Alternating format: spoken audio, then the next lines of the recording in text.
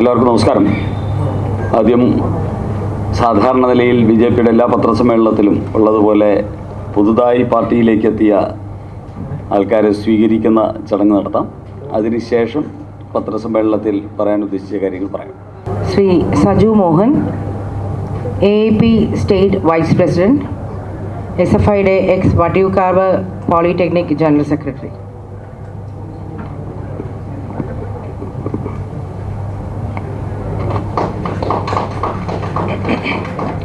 Shri Akhil Shankar, ex DYFI Namayikkulam president, Kilimanoor area committee member.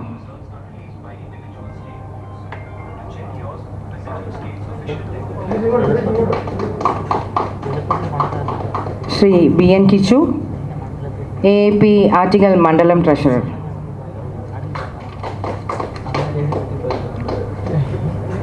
Shrimati Rashmi TS, AAP women's wing state മുൻ secretary.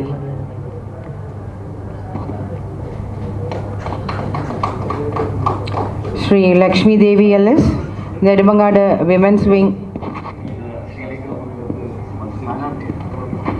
അതോടൊപ്പം തന്നെ ശ്രീമതി രശ്മി ശാസ്തമംഗലത്തെ ഇലക്ഷൻ സ്ഥാനാർത്ഥി കൂടിയായിരുന്നു ശ്രീരേഖ മാമിനെതിരെ. Shrimati Lakshmi Devi LS, women's. Sandhya Raj, state women's vice president, AAP. Shri GN Raju, anti corruption vice president, AAP.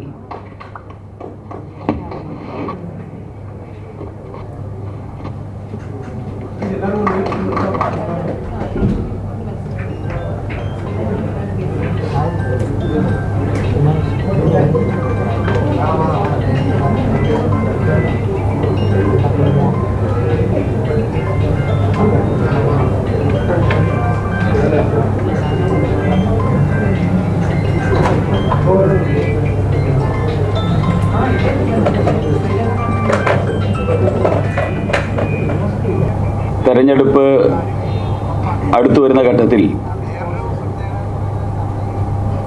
ബി.ജെ.പിയോടൊപ്പവും NDAയോടൊപ്പവും പ്രവർത്തിക്കാനുള്ള താല്പര്യമുള്ള ആൾക്കാരുടെ എണ്ണവും വർദ്ധിച്ചു വരികയാണ്. NDAയുടെ ചരിത്രത്തിൽ ഏറ്റവും വലിയ പ്രതീക്ഷ നൽകുന്ന ഒരു തെരഞ്ഞെടുപ്പായിട്ട് ഈ വരുന്ന തെരഞ്ഞെടുപ്പ് മാറുകയാണ്. അതുകൊണ്ട് തന്നെ ഇടതുപക്ഷവും വലതുപക്ഷവും അവരുടെ തെരഞ്ഞെടുപ്പ് പ്രചാരണങ്ങളിൽ ബി.ജെ.പിയെയും NDAയെയും അതോടൊപ്പം തന്നെ ബി.ജെ.പിയുടെ സംസ്ഥാന അധ്യക്ഷൻ ശ്രീ രാജീവ് ചന്ദ്രശേഖരനെയും വ്യക്തിപരമായിട്ട് ആക്രമിക്കാനും ബി.ജെ.പിയെയും NDAയെയും അപവാദ പ്രചരണങ്ങൾ നടത്തി ആക്രമിക്കാനുമാണ് ശ്രമിച്ചുകൊണ്ടിരിക്കുന്നത്. അതിൻ്റെ ഭാഗമായിട്ടാണ് കുറച്ച് ദിവസങ്ങളിലായിട്ട് ഇവിടെ ചർച്ച ചെയ്യുന്ന ഡീൽ രാഷ്ട്രീയം. ഡീലിൽ വിദഗ്ധനായിട്ടുള്ള VD സതീശനാണ് ഡീലിനെ കുറിച്ച് ഇപ്പോൾ ചർച്ച ആരംഭിച്ചിരിക്കുന്നത്. VD സതീശനോടും അതോടൊപ്പം തന്നെ VD സതീശൻ്റെ പാർട്ട്ണറായിട്ടുള്ള ശ്രീ പിണറായി വിജയനോടും ബി.ജെ.പിക്ക് പറയാനുള്ളത്, കേരളത്തിലെ ഓരോ കൊച്ചുകുട്ടിക്കും അറിയാം ബി.ജെ.പിയെ തോൽപ്പിക്കാനായി കോൺഗ്രസും കമ്മ്യൂണിസ്റ്റും ഒരുമിച്ച് ചേർന്ന് കേരളത്തിൽ നടത്തിയിട്ടുള്ള കള്ളക്കളി. അത് തിരുവനന്തപുരത്തുനിന്ന് പറഞ്ഞു തുടങ്ങിയാൽ തന്നെ നിരവധി ഉദാഹരണങ്ങൾ നമ്മുടെ മുമ്പിലുണ്ട്. കഴിഞ്ഞ പ്രാവശ്യം നേമത്ത് ശ്രീ കുമ്മനം രാജശേഖരൻ മത്സരിക്കുമ്പോൾ ആ നേമത്ത് കുമ്മനം രാജശേഖരൻ വിജയിക്കാതിരിക്കാനായി ചാവേറിനെ പോലെ കടന്നു വന്ന് 3-ാം സ്ഥാനം കൊണ്ട് നാടുവിടേണ്ടി വന്ന കെ മുരളീധരൻ്റെ ലക്ഷ്യം ബി.ജെ.പിയെ തോൽപ്പിക്കലായിരുന്നു. അതേ മുരളീധരൻ തന്നെയാണ് തൃശ്ശൂരിലും സുരേഷ് ഗോപി ജയിക്കുമെന്നുള്ള സാഹചര്യം വന്നപ്പോൾ ഇടതുപക്ഷത്തെ സഹായിക്കാനായി അവിടെ പോയി മത്സരിച്ച് 3-ാം സ്ഥാനം കൊണ്ട് തൃപ്തനാകേണ്ടി വന്നത്. BJP ജയിക്കാൻ സാധ്യതയുള്ള സ്ഥലത്ത് ചാവേറാകാൻ വേണ്ടി തയ്യാറായിട്ട് നിൽക്കുന്ന കെ മുരളീധരനും, ആ മുരളീധരൻ്റെ ഉദ്ദേശം അവിടെ CPM-നെ വിജയിപ്പിക്കലായിരുന്നു. അത് കഴിഞ്ഞ പ്രാവശ്യം നേമത്ത് വിജയിച്ചു, പക്ഷേ തൃശ്ശൂരിൽ ഞങ്ങൾ പരാജയപ്പെടുത്തി. അതായിരുന്നു അവിടെ സംഭവിച്ചത്. അതുപോലെ തന്നെ നമുക്ക് കാണാൻ സാധിക്കുന്നത് കഴിഞ്ഞ വട്ടിയൂർക്കാവ് തെരഞ്ഞെടുപ്പിൽ ശ്രീ കുമ്മനം രാജശേഖരൻ മത്സരിക്കുമ്പോൾ മാർക്സിസ്റ്റ് പാർട്ടിയുടെ വോട്ടുകൾ കെ മുരളീധരന് നൽകിയിട്ടാണ് കുമ്മനം രാജശേഖരനെ പരാജയപ്പെടുത്താനായിട്ട് ശ്രമിച്ചത്. അതും തിരുവനന്തപുരത്തുകാരും വട്ടിയൂർക്കാവുകാരും ആരും മറന്നിട്ടില്ല. കെ മുരളീധരൻ തന്നെ പറഞ്ഞതാണ്, എനിക്ക് ഇടതുപക്ഷ വോട്ട് നൽകി, അങ്ങനെയാണ് ഞാൻ ജയിച്ചത് എന്ന് കെ മുരളീധരൻ തന്നെ സമ്മതിച്ചിട്ടുള്ളതാണ്. അതുപോലെ തന്നെ ഷാഫി പറമ്പിൽ ഇ ശ്രീധരൻ എന്ന് പറയുന്ന കേരളം കണ്ട ഏറ്റവും പ്രഗത്ഭനായിട്ടുള്ളൊരു മനുഷ്യൻ, കേരളം ആഗ്രഹിക്കുന്ന, നിയമസഭയിൽ എത്തണമെന്ന് കേരളം പൊതുവെ ആഗ്രഹിക്കുന്ന ഒരു മനുഷ്യനായിരുന്നു ഇ ശ്രീധരൻ. അദ്ദേഹത്തെ മുന്നിൽ നിർത്തി പാലക്കാട്ട് BJP NDA മത്സരിച്ചപ്പോൾ ഷാഫി പറമ്പിലിനെ ജയിപ്പിക്കാനായിട്ട് SDPI ഉൾപ്പെടെയുള്ള സംഘടനകളുമായിട്ട് ചേർന്ന് CPM നടത്തിയ വോട്ട് കച്ചവടം, വോട്ട് മറിക്കൽ ഈ കേരളം മറന്നിട്ടില്ല. ഇതുപോലെ നിരവധി ഉദാഹരണങ്ങൾ കേരളത്തിൽ CPM-ഉം കോൺഗ്രസും തമ്മിലുള്ള ഡീലിനെ സംബന്ധിച്ച്, കച്ചവടത്തെ സംബന്ധിച്ച്, അതോടൊപ്പം തന്നെ ഒരേ മുന്നണി, രണ്ടും ഒന്നാണ് എന്ന് ബോധ്യപ്പെടുത്തുന്നതിനെ സംബന്ധിച്ച് BJPക്ക് കേരളത്തിൽ പറയാറുണ്ട്. ഇനി പാർലമെൻറ്റ് തിരഞ്ഞെടുപ്പാണെങ്കിൽ തിരുവനന്തപുരം പാർലമെൻറ്റിൽ ശ്രീ രാജീവ് ചന്ദ്രശേഖർ മത്സരിക്കുമ്പോൾ ഇവിടെ 14-ൽ 13 അസംബ്ലികളിലും ഇടതുപക്ഷ MLA-മാരുള്ള ഒരു ജില്ലയാണിത്. ഈ ജില്ലയിൽ എന്തുകൊണ്ട് CPM ഇടതുപക്ഷം 3-ാം സ്ഥാനത്തേക്ക് തള്ളപ്പെട്ടു? 3 ലക്ഷം വോട്ടിന് താഴേക്ക് എന്തുകൊണ്ട് തള്ളപ്പെട്ടു? ഈ വോട്ടെല്ലാം കൊടുത്തത് ശശി തരൂരിനല്ലേ?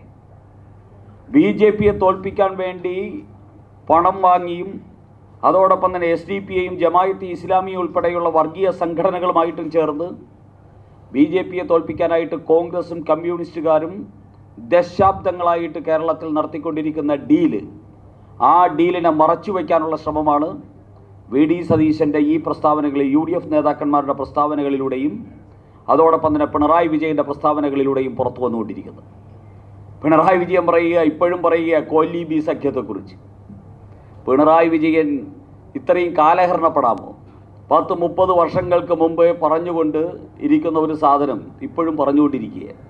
കാലം മാറിയതൊന്നും പിണറായി വിജയൻ അറിയുന്നില്ല. ഇന്ന് കോലീബി അല്ല, ഇവിടെ ജമായത്തിയും SDPI-യും മാർക്സിസ്റ്റും കോൺഗ്രസും ചേർന്നുള്ളൊരു സഖ്യമാണ് കേരളത്തിലുള്ളത്. അത് കേരളത്തിൽ മാത്രമല്ല, ഇന്ത്യയിൽ മുഴുവൻ അതാണുള്ളത്. ഇന്ത്യ മഹാരാജ്യത്തെ എല്ലാ സംസ്ഥാനങ്ങളിലും, എല്ലാ കേന്ദ്രഭരണ പ്രദേശങ്ങളിലും, കേരളത്തിലെ പല പഞ്ചായത്തുകളിലും, മുനിസിപ്പാലിറ്റികളിലും, കോർപ്പറേഷനുകളിലും ഒക്കെ ഉള്ളത് മാർക്സിസ്റ്റ്, കോൺഗ്രസ്, ജമായത്തി, SDPI സഖ്യമാണ്.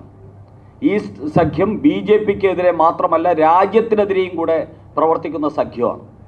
ഈ സഖ്യത്തിൻ്റെ സഖ്യകക്ഷികളായിട്ടുള്ള കമ്മ്യൂണിസ്റ്റുകാരും കോൺഗ്രസ്സുകാരും പിണറായി വിജയനും VD സതീശനും ഡീലിൻ്റെ പേരും കോലീബി സഖ്യത്തിൻ്റെ പേരും ഒക്കെ പറഞ്ഞാൽ ഈ കേരളം പുച്ഛിച്ച് തള്ളും എന്ന് മാത്രമേ ഈ രണ്ടുപേരോടും ഓർമ്മിപ്പിക്കാൻ BJPക്കുള്ളൂ. അത് ഞങ്ങൾ ഓർമ്മിപ്പിക്കാൻ ആഗ്രഹിക്കാം, അത് ഞങ്ങൾ ഓർമ്മിപ്പിക്കുകയാണ്. മറ്റൊന്ന്, തെരഞ്ഞെടുപ്പ് പ്രചരണത്തിൽ 140 സ്ഥാനാർത്ഥികളെയും മുന്നിൽ നിർത്തി ഏറ്റവും കഴിവുറ്റവരും മികവുറ്റവരും വിജയപ്രതീക്ഷയുള്ളവരുമായിട്ടുള്ള സ്ഥാനാർത്ഥികളെയാണ് BJP NDA സഖ്യം രംഗത്തിറക്കിയിരിക്കുന്നത്. സ്ഥാനാർത്ഥികൾ രംഗത്തിറക്കി കഴിഞ്ഞതോടുകൂടി കേരളത്തിൽ NDA BJP സഖ്യം ഏറ്റവും ശക്തമായിട്ടുള്ളൊരു മത്സരത്തിൻ്റെ അന്തരീക്ഷം തന്നെയാണ് സൃഷ്ടിച്ചിരിക്കുന്നത്. ഇന്ന് കേരളത്തിൽ 50-ലേറെ മണ്ഡലങ്ങളിൽ ഭാരതീയ ജനതാ പാർട്ടിക്ക് വലിയ മുന്നേറ്റം നടത്താൻ, വിജയത്തിനോടൊപ്പം മുന്നേറ്റം നടത്താൻ സാധിക്കുമെന്ന് BJPക്കാരല്ലാത്തവർ പോലും പറയുന്ന ഒരു സാഹചര്യം കേരളത്തിൽ ഉണ്ടായിക്കഴിഞ്ഞിരിക്കുന്നു. ഞങ്ങൾ 140 മണ്ഡലങ്ങളിലും സ്ഥാനാർത്ഥിയെ നിർത്തിയിരിക്കുന്നത് അതാത് മണ്ഡലങ്ങളിലെ സാഹചര്യങ്ങൾ മുഴുവൻ പരിശോധിച്ച് അതിൻ്റെ സാധ്യതകൾ മുഴുവൻ തന്നെ പ്രയോജനപ്പെടുത്തിക്കൊണ്ട് പരമാവധി ആൾക്കാരെ ജയിപ്പിച്ചെടുക്കുക എന്ന ഒരു ഉത്തരവാദിത്വത്തോടു കൂടിയാണ്, ഒരു ദൗത്യം എന്ന നിലയിലാണ് ഞങ്ങൾ സ്ഥാനാർത്ഥികളെ നിർത്തിയിരിക്കുന്നത്.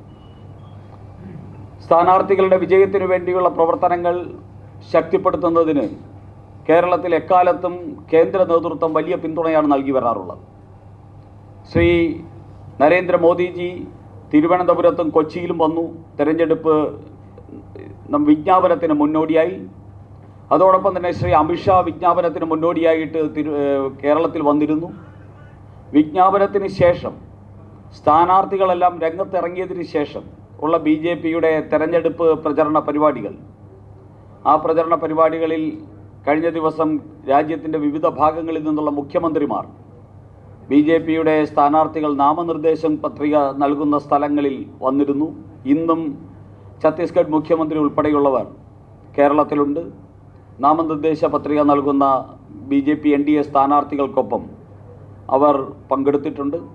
വരും ദിവസങ്ങളിലും മുഖ്യമന്ത്രിമാരും കേന്ദ്രമന്ത്രിമാരുമൊക്കെ കേരളത്തിൻ്റെ വിവിധ ഭാഗങ്ങളിൽ തെരഞ്ഞെടുപ്പ് പ്രചരണ പരിപാടികളിൽ പങ്കെടുക്കും. ഞങ്ങളെ സംബന്ധിച്ച് ഏറ്റവും സന്തോഷകരമായിട്ടുള്ള കാര്യം പ്രധാനമന്ത്രി ശ്രീ നരേന്ദ്രമോദി കേരളത്തിലേക്ക് എത്തുന്നു എന്നുള്ളതാണ്. വീണ്ടും അദ്ദേഹം 29-ാം തീയതി അദ്ദേഹം തൃശ്ശൂരിൽ, അതോടൊപ്പം തന്നെ പാലക്കാട്ടും എത്തും. തൃശ്ശൂരിൽ അദ്ദേഹം പങ്കെടുക്കുന്നത് ഒരു റോഡ് ഷോയിലാണ്. 10,000 പങ്കെടുക്കുന്ന തൃശ്ശൂരിൻ്റെ മണ്ണിനെ വീണ്ടും ഒരു പൂരപ്പറമ്പാക്കി മാറ്റാൻ പറ്റുന്ന അത്യുജ്വലമാർന്ന ആവേശദായകമായ ഒരു റോഡ് ഷോ ആയിരിക്കും നരേന്ദ്രമോദിയെ സ്വീകരിക്കാനായിട്ട് ഞങ്ങൾ തൃശ്ശൂരിൽ ഒരുക്കുന്നത്. NDAയുടെ മുഴുവൻ ശക്തിയും പ്രകടിപ്പിക്കുന്ന ആ റോഡ് ഷോ തൃശ്ശൂരിൽ നടക്കും. അന്നേ ദിവസം തന്നെ പാലക്കാട് ജില്ലയിലെ പ്രവർത്തകരുടെ ഒരു മഹാ റാലി പാലക്കാട്ടും സംഘടിപ്പിക്കും. ആ പാലക്കാട്ട് റാലിയിൽ നരേന്ദ്രമോദിജി പ്രസംഗിക്കും. അങ്ങനെ 29-ാം തീയതി തൃശ്ശൂരിലെ റോഡ് ഷോയും പാലക്കാട്ട് റാലിയും അദ്ദേഹം അഭിസംബോധന ചെയ്യും. അതിനെ തുടർന്ന് അദ്ദേഹം വീണ്ടും കേരളത്തിലെത്തുമെന്നാണ് ഞങ്ങൾ പ്രതീക്ഷിക്കുന്നത്. അതിൻ്റെ വിവരങ്ങൾ കിട്ടുന്ന മുറയ്ക്ക് ഞങ്ങൾ അറിയിക്കും. അതോടൊപ്പം തന്നെ Amit Shah, JP Naddaji, Nitin Nabin, national president Nitin Nabin, Rajnath Singh ji, Nirmala Sitharaman, Jaishankar തുടങ്ങിയ കേന്ദ്രമന്ത്രിമാരും കേന്ദ്ര നേതാക്കന്മാരും വരും ദിവസങ്ങളിൽ കേരളത്തിൻ്റെ വിവിധ ഭാഗങ്ങളിൽ തെരഞ്ഞെടുപ്പ് പരിപാടികളിൽ, പ്രചരണ പരിപാടികളിൽ പങ്കെടുക്കുന്നു. ഇത് ഞങ്ങളെ സംബന്ധിച്ചിടത്തോളം കേരളത്തിൽ മാർക്സിസ്റ്റ് പാർട്ടിയുടെയും കോൺഗ്രസിൻ്റെയും ഈ അധമ രാഷ്ട്രീയത്തിനെതിരായിട്ട് അതിശക്തമായിട്ട് പോരാടി മുന്നോട്ട് പോകുന്ന BJPക്കും NDAയ്ക്കും വലിയ ആത്മവിശ്വാസം നൽകുന്നതാണ് ശ്രീ നരേന്ദ്രമോദി ഉൾപ്പെടെയുള്ള കേന്ദ്ര നേതാക്കന്മാരുടെ കേരള സന്ദർശനവും ഞങ്ങളുടെ തെരഞ്ഞെടുപ്പ് പരിപാടികളിൽ പങ്കെടുക്കുന്നതും എന്ന് ഞങ്ങൾ വളരെ നന്ദിപൂർവ്വം ഓർക്കുകയാണ്. ഒരു കാര്യം കൂടെ ചോദിക്കാനുണ്ട്. ഇവിടുത്തെ MPമാരെയൊക്കെ, മത്സരിക്കാൻ നിന്ന MPമാരെയൊക്കെ തൊടുന്യായങ്ങൾ പറഞ്ഞ് വെട്ടി മൂലയിലിരുത്തിയ VD സതീശനോട് BJPക്ക് ചോദിക്കാനുള്ളത്, നിങ്ങളുടെ ഗൗരവ് ഗഗോയി എന്ന് പറയുന്ന പാർലമെൻറ്റിലെ പ്രതിപക്ഷ ഉപനേതാവ് ആസാമിൽ അസംബ്ലിയിലേക്ക് മത്സരിക്കുകയാണ്. ശ്രീ K. സുധാകരനോടും അടൂർ പ്രകാശിനോടും ഒക്കെ എന്തോ തൊടുന്യായമൊക്കെ പറഞ്ഞ് അവരെ മൂലയിൽ ഒതുക്കിയ VD സതീശൻ ശ്രീ ഗൗരവ് ഗഗോയിയുടെ അസംബ്ലിയിലേക്കുള്ള സ്ഥാനാർത്ഥിത്വത്തെ സംബന്ധിച്ച് കേരളത്തിൽ പ്രതികരിക്കുന്നത് രസകരമായിരിക്കുമെന്ന് BJPക്ക് തോന്നുകയാണ്.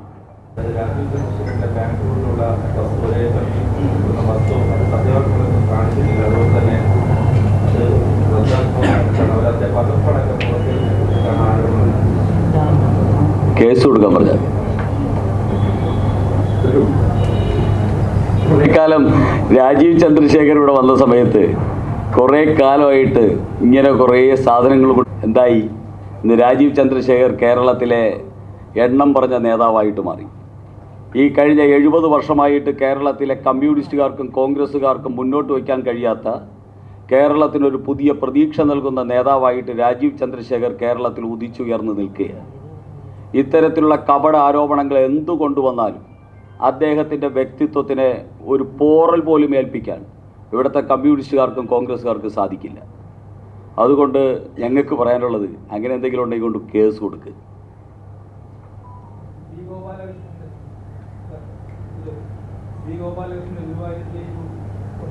ഹിന്ദു എം.എൽ.എ. 50 വർഷമായിട്ട് ഇല്ല എന്നുള്ളത്. രാജീവ് ചന്ദ്രശേഖരൻ എന്ന് പറയുന്നത് മക്കയിലൊരു മുസ്ലിം എം.എൽ.എ. ഇല്ലല്ലോ, വത്തിക്കാനിലൊരു ക്രൈസ്തവ അല്ലാത്തവർ വരില്ലല്ലോ. അതൊരു മതാധിപത്യ രാജ്യമാണ്, ഇതൊരു ജനാധിപത്യ രാജ്യമാണ്. അപ്പോൾ ഇവിടെ അത് പറയുന്നതിൻ്റെ ഉദ്ദേശം മതമാണ് വിഷയം എന്ന് പറഞ്ഞ മുസ്ലിം ലീഗിൻ്റെ മതവെറിയൻ നേതാക്കന്മാരെ ചുമന്നുകൊണ്ട് കിടക്കുന്ന വി ഡി സതീശൻ ഇതിനെക്കുറിച്ച് പ്രതികരിക്കാൻ, വി ഡി സതീശൻ എന്ന് പറയുന്ന വർഗീയവാദികളെ ചുമന്നുകൊണ്ട് കിടക്കുന്ന വി ഡി സതീശൻ എന്ന് പറയുന്ന വർഗീയവാദിക്ക് ഇതിനെക്കുറിച്ച് പ്രതികരിക്കാൻ എന്താ അധികാരം? SDPIയുടെ പിന്തുണ ഔദ്യോഗികമായിട്ട് സ്വീകരിച്ച് SDPIക്ക് പാദസേവ ചെയ്യുന്ന കമ്മ്യൂണിസ്റ്റ് പാർട്ടിക്ക് BJPയെ വർഗീയവാദി എന്ന് പറഞ്ഞ് ആക്ഷേപിക്കാൻ എന്ത് അവകാശമാണുള്ളത്?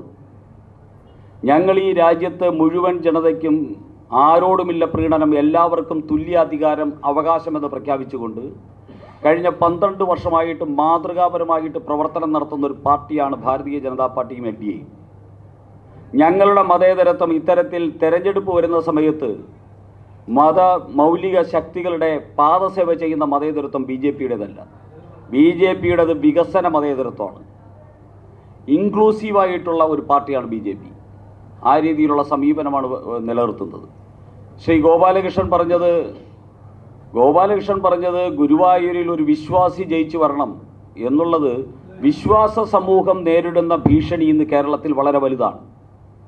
കേരളത്തിലെ വിശ്വാസികളുടെ ക്ഷേത്രങ്ങളും അതോടൊപ്പം തന്നെ അവരുടെ അവകാശങ്ങളും കൊള്ളയടിക്കുന്ന ഒരു ഭരണകൂടമാണ് കേരളത്തിൽ നിലനിൽക്കുന്നത്. ആ കൊള്ളയിൽ കോൺഗ്രസ്സുകാരും കമ്മ്യൂണിസ്റ്റുകാരും ഒക്കെ ചങ്ങായിമാരാണ്, ഒരുമിച്ച് കൈയിട്ട് വാരുന്നവരാണ്. അങ്ങനെയുള്ളവർ ഭരിക്കുന്ന കേരളത്തിൽ വിശ്വാസികളുടേതായിട്ടുള്ളൊരു MLA വരണമെന്ന് കേരളത്തിലെ ഏതെങ്കിലും ഒരു വിശ്വാസി ആഗ്രഹിച്ചാൽ അതിനെ വർഗീയവാദി എന്ന് വിളിക്കാൻ ആണ് ഓരോരുത്തർ ഒരുമ്പിടുന്നതെങ്കിൽ അത് ഇനി കേരളത്തിൽ നടക്കില്ല എന്ന് മാത്രമേ BJPക്ക് പറയാനുള്ളൂ. ആദ്യമായിട്ട് നിങ്ങളോടെല്ലാം ആം ആദ്മി പാർട്ടിയുടെ ഭാഗം വിട്ടിട്ട് നമ്മൾ BJPയിലേക്ക് വരാനുണ്ടായ ഒരു സാഹചര്യം കൂടെ ഇവിടെ പറയാൻ ഉണ്ട് എന്നെനിക്ക് തോന്നുന്നു. കാരണമെന്ന് പറയുന്നത്, കഴിഞ്ഞ ലോക്സഭാ ഇലക്ഷനിലും നിലമ്പൂർ ഇലക്ഷനിലും, അതായത് നമ്മളിപ്പോൾ കാണുന്നത് എല്ലാം ദൃശ്യമായ കൂട്ടുകെട്ടുകളാണ്. നമ്മുടെ രാഷ്ട്രീയത്തിൽ ഈ ഇലക്ഷനിൽ കുറച്ച് അദൃശ്യമായ കൂട്ടുകെട്ടുകളെക്കുറിച്ച് കൂടി നിങ്ങൾ കൃത്യമായിട്ട് മനസ്സിലാക്കിയിരിക്കണം. അതായത് ആം ആദ്മി പാർട്ടി കഴിഞ്ഞ കുറേ ഇലക്ഷനുകളിലായി, അതായത് 2014 മുതലുള്ള ഇലക്ഷനുകളിൽ ഒരു സീറ്റിലും മത്സരിക്കാത്ത പാർട്ടി ഇപ്പോൾ വരുന്ന ഇലക്ഷനിൽ കൃത്യമായിട്ട് മത്സരം സംഘടിപ്പിക്കുകയും അവർ തോന്നിയവാസം പോലെ 60, 70, 80 സ്ഥാനാർത്ഥികളെ നിലനിർത്തുകയുണ്ടായി. അപ്പോൾ നമ്മൾ കൃത്യമായി പഠിച്ചപ്പോൾ ഒരു കാര്യം മനസ്സിലായതെന്ന് പറയുന്നത്, അതായത് ആം ആദ്മി പാർട്ടിയിൽ പൊതുവേ കൂടുതലുള്ളത് കമ്മ്യൂണിസ്റ്റ് വിരുദ്ധ മനോഭാവമുള്ള ആൾക്കാരാണ്. കമ്മ്യൂണിസ്റ്റിന് എതിരാണ് എല്ലാവരും.